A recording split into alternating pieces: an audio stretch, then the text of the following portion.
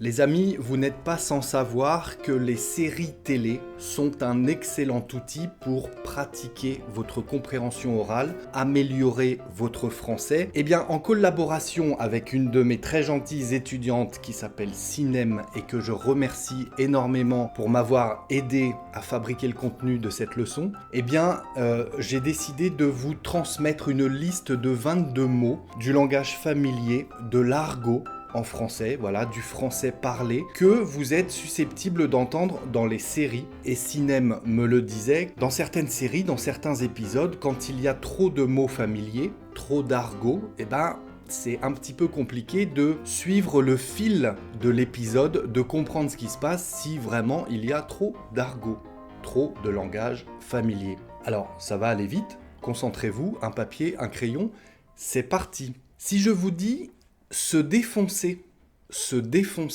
langage familier, voire très familier, attention, hein. Se défoncer, ça veut dire faire beaucoup d'efforts pour atteindre son but. Se défoncer pour faire quelque chose, se défoncer en faisant quelque chose. Ça veut aussi dire consommer des drogues. Ils se sont défoncés toute la soirée, ça veut dire ils ont consommé des drogues toute la soirée. Ok ? Se défoncer, faire beaucoup d'efforts pour atteindre son but, réussir à faire quelque chose, ou consommer des drogues. Se défoncer. Ensuite, j'ai ça me saoule. Ça me saoule ou ça me gave. Ça me gave. Ça veut dire ça m'énerve. Ça me rend fou. Ça m'énerve. Ok ? Ça me saoule. Vous savez qu'on mange les E très souvent en français. Ça me saoule. Ça me gave. Ça veut dire ça m'énerve. Alors ça peut être des verbes, des adjectifs, des noms. Hein. Voici deux noms, un frangin et une frangine. Qu'est-ce que c'est ? Un frangin, c'est un frère. Une frangine, c'est une sœur. C'est du langage familier. On peut l'entendre dans une série, ça c'est clair. Un frangin, une frangine. Un frère, une sœur. Le verbe capter. Capter ou piger, c'est du langage familier. Ça veut dire comprendre. J'ai rien capté. Ça veut dire je n'ai rien compris. Je n'ai rien pigé. Idem. J'ai rien capté. Oh là là, je capte rien à cette leçon du français by Alex. Normal, c'est du français parlé, c'est de l'argot, les amis. Les verbes capter et piger. Pour dire une entreprise, un business, anglicisme. Hein. Une entreprise, eh bien en langage familier, on dit une boîte. Il a monté une boîte, ça veut dire il a créé une entreprise. Une boîte, comme une boîte à chaussures. Une boîte, c'est une entreprise. En français, parler. Ensuite, on a le fameux être crevé, être claqué, être mort. C'est une image, évidemment, ce n'est pas au premier degré. Ça veut dire être très fatigué. Oh là là, je suis crevé, je suis mort, je suis claqué. Ça veut dire je suis très fatigué. Ok ? Être crevé, claqué ou mort. J'ai ensuite le verbe taffer ou le taf. Le taf, c'est le travail, le boulot, d'accord ? Donc si on dit, ah bah, je vais taffer, hein. Ah, ce soir, je vais taffer là. Je vais au taf. Je vais taffer, ça veut dire je vais travailler. Je vais au taf, c'est je vais au travail ou au boulot, ok ? Attention à boulot, on ne peut pas en faire un verbe, on ne dit pas boulotter. Boulot, c'est juste un nom familier pour dire le travail, le boulot. Taffer, là, on peut l'utiliser comme verbe, je vais taffer, ok ? Tu taffes où ? Tu taffes dans quelle boîte ? Tu travailles dans quelle entreprise ? Toujours avec des F, on a le verbe kiffer. Ça veut dire aimer, adorer. Oh, je kiffe aller au match de foot le samedi soir. Franchement, je kiffe, c'est le gros kiff. Ça peut être un nom aussi. Le kiff ou kiffer. Je kiffe aller au cinéma le samedi soir avec ma chérie. Je kiffe aller me promener. Je kiffe aller à la plage, etc. Kiffer, ça veut dire aimer beaucoup ou adorer faire quelque chose, par exemple. Kiffer, faire quelque chose. C'est le gros kiff, on peut dire.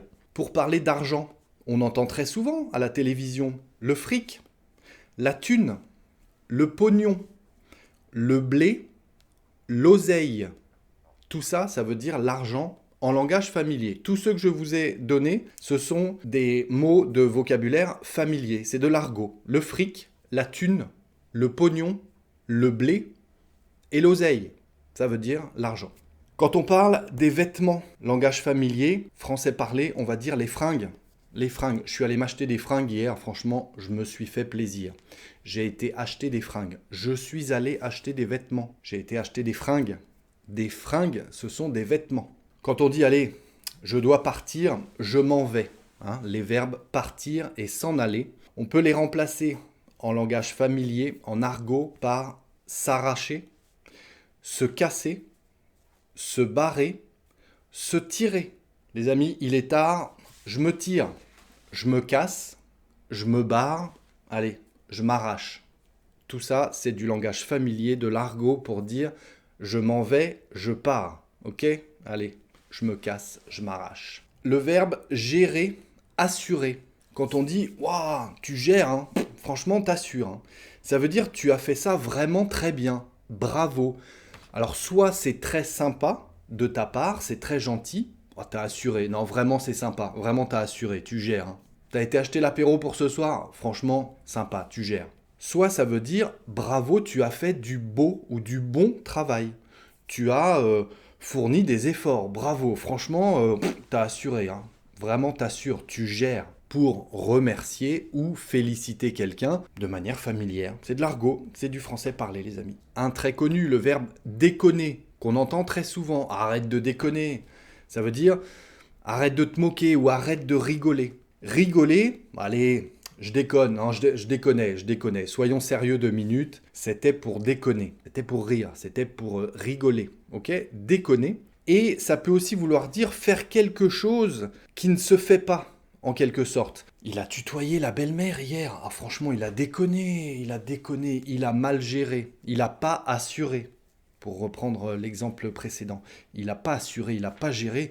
Non, il a déconné, il a tutoyé la belle-mère hier. Non, il a déconné là. Voilà, c'est faire quelque chose qui ne se fait pas. Vous savez, quand on dit ça ne se fait pas, ça veut dire c'est pas élégant, quoi. Hein. C'est franchement, d'une manière familière, on va dire, non, il a déconné. Il a déconné, c'est pas sérieux, c'est pas bien, quoi. Un autre, être au taquet. Être au taquet, ça veut dire être à fond, faire quelque chose avec tout plein de motivation. Oh bah dis donc, t'es au taquet, t'as déjà fait tout le ménage dans l'appart, t'as fait 3 gâteaux pour les enfants, et on t'es au taquet, hein, t'es motivé aujourd'hui, plein d'énergie, ou pleine d'énergie. Être au taquet, c'est... Oh, dis donc, t'assures, hein. Franchement, t'es au taquet. Hein. Qu'est-ce que j'ai d'autre pour vous, les amis? Un keuf, c'est quoi un keuf? C'est un flic, un policier, un gendarme, ok? On va dire un flic ou un keuf, d'accord? Ou les keufs, d'ailleurs. Les keufs sont arrivés, la police est arrivée, les gendarmes sont arrivés, ok? Les keufs. Quand on dit c'est chelou, alors là on est dans le verlan, hein, vous avez compris, le verlan c'est cette façon un petit peu bizarre qu'ont les Français d'inverser les syllabes des mots. Chelou, ça veut dire louche. Bizarre.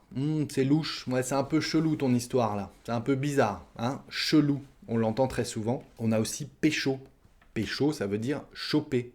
Il s'est fait choper, ça veut dire il s'est fait attraper. Eh bien, on dira, je crois qu'il s'est fait pécho hier soir. Il s'est fait pécho par la police. Pas bon.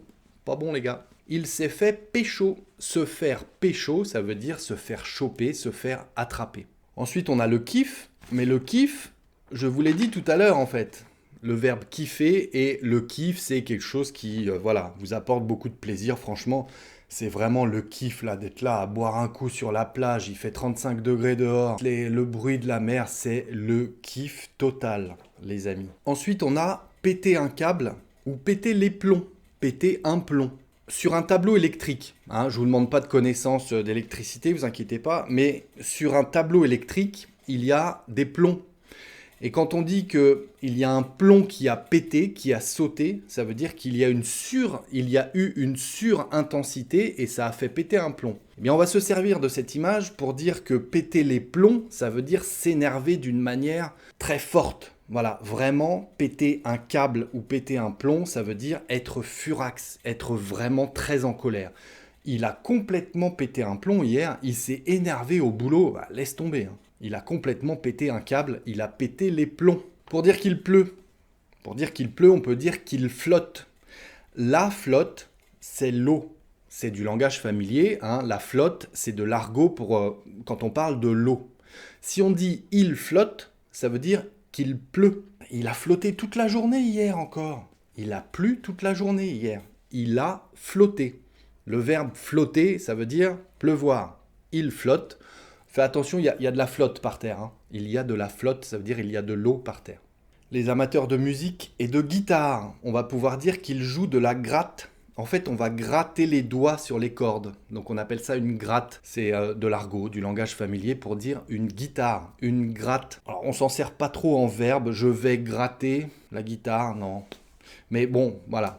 Une gratte, c'est une guitare, langage de jeune ou langage de musicien, de rocker. Et pour finir en beauté, une cuite. Se prendre une cuite, hein, une cuite, c'est quand on a trop bu, c'est le fait de boire trop. Oh, on s'est pris une cuite hier soir, ça veut dire qu'on a beaucoup trop bu, on a fait la fête, etc. Et aujourd'hui, on a un petit peu la gueule de bois, hein. Avoir la gueule de bois, c'est quand la veille, on a trop bu, parce qu'on s'est pris une cuite avec des amis. Se prendre une cuite, ça veut dire, c'est le fait de, en général, faire la fête, mais de trop boire. C'est surtout le fait de boire trop d'alcool, se prendre une cuite. Voilà les amis, en principe, il doit y avoir 22 mots d'argot que vous devez apprendre. N'hésitez pas à m'écrire des exemples, vous savez que j'adore ça et que je les corrige dans la mesure du possible. Si vous voulez d'autres leçons comme celle-ci, avec plein d'autres exemples de langage familier, d'argot pour mieux comprendre vos séries télé, faites-le moi savoir en commentaire également. Vous le savez, si vous souhaitez obtenir les transcriptions de toutes les prochaines leçons, eh bien, les liens sont en description de cette vidéo pour devenir membre de la chaîne. Vous pouvez également devenir membre de ma page Patreon si vous souhaitez que je vous envoie des cartes postales, des magazines, des livres dans votre boîte aux lettres tous les mois. Le lien PayPal pour ceux qui veulent contribuer au développement du projet Le Français by Alex. Et puis le lien vers le calendrier de réservation si vous souhaitez venir discuter avec moi sur Zoom ou sur Skype. Je vous attends les amis pour pratiquer votre expression orale, votre compréhension orale. N'hésitez pas les amis, ou si vous avez des examens de français à préparer, le DELF ou le DALF, je peux vous accompagner dans la préparation d'examens. Les amis, merci encore une fois d'être restés jusque-là. D'ici la prochaine leçon, je vous dis travaillez bien, restez concentrés, prenez soin de vous et à très bientôt sur Le Français by Alex.